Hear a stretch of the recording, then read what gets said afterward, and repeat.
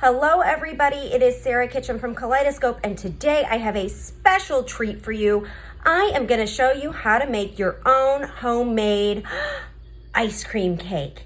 It is going to be delicious, it is going to be easy, and you are never going to want to buy an ice cream cake again, I promise you. Let's get started.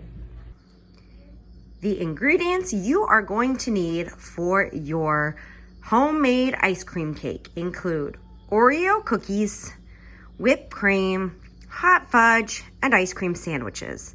The amount you will need for each of these ingredients depends on how big you want your ice cream cake. The tools you will need to put your homemade ice cream cake together include a rolling pin, a gallon Ziploc bag, a bowl to mix your Oreos and your hot fudge, aluminum foil, and either an offset spatula or a regular spatula. The first step in putting together your homemade ice cream cake is to take some of your Oreos and put them in the Ziploc bag. You're going to use your rolling pin to crunch those Oreos into really tiny bits. I am making a very small ice cream cake, so I only used approximately 9 Oreos. Keep watching the video to see how much this makes so that you can figure out how many Oreos you will need. As you can see, I used my rolling pin to crunch up my Oreos. These Oreos are going to be mixed with the hot fudge to make that crunchy cookie layer in between your ice cream sandwiches. There's no real exact science to crunching these up, so you can make the pieces as big or as small as you would like. In my experience, the smaller the little pieces of Oreo that you produce, the better your final outcome.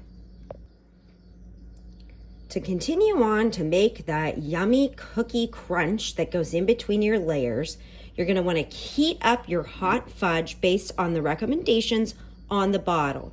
Make sure when you take your hot fudge out, you are careful because sometimes it is very hot to the touch. You're going to take your hot fudge and dump it in with your Oreos. Again, there's no real science to this. You're going to decide what kind of texture and thickness you would like. For my sake, I'm going to use a butter knife to get some more of my hot fudge out of my container. I've made this ice cream cookie cake several times, so I know for me this is about how much hot fudge I'm going to want.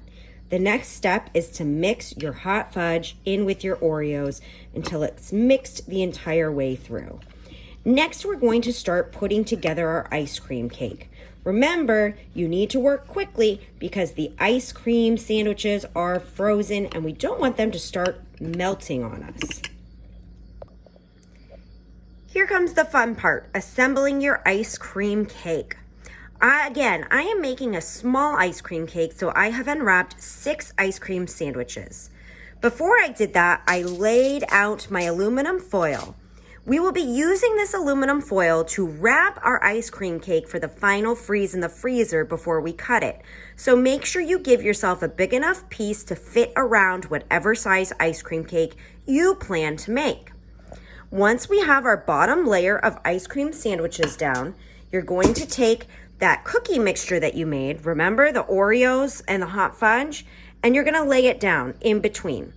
If anybody's ever had an ice cream cake from a famous blizzardy princess, you will remember that there's this cookie layer in between. For a lot of people, that's their favorite part of the ice cream cake, so we don't want to leave that out. So you're going to go ahead and smooth some of this between your first layer and the second layer. Now that I have that layer down, I'm going to put my last 2 ice cream sandwiches on top.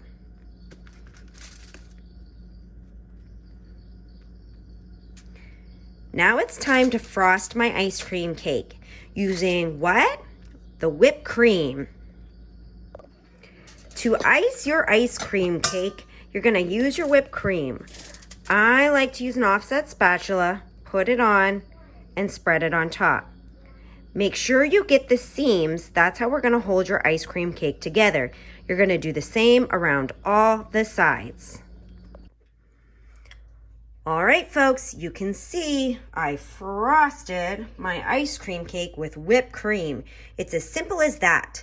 Now you're gonna wanna wrap your ice cream cake up in your foil loosely, but tight enough so that no smells or any other objects get in. Then I know you're gonna be tempted to dig right in, but you need to let this chill in your freezer for at least 4 hours before you enjoy. Here's my cute little ice cream cake, ready to go into the freezer and chill for at least 4 hours before I get to dig in.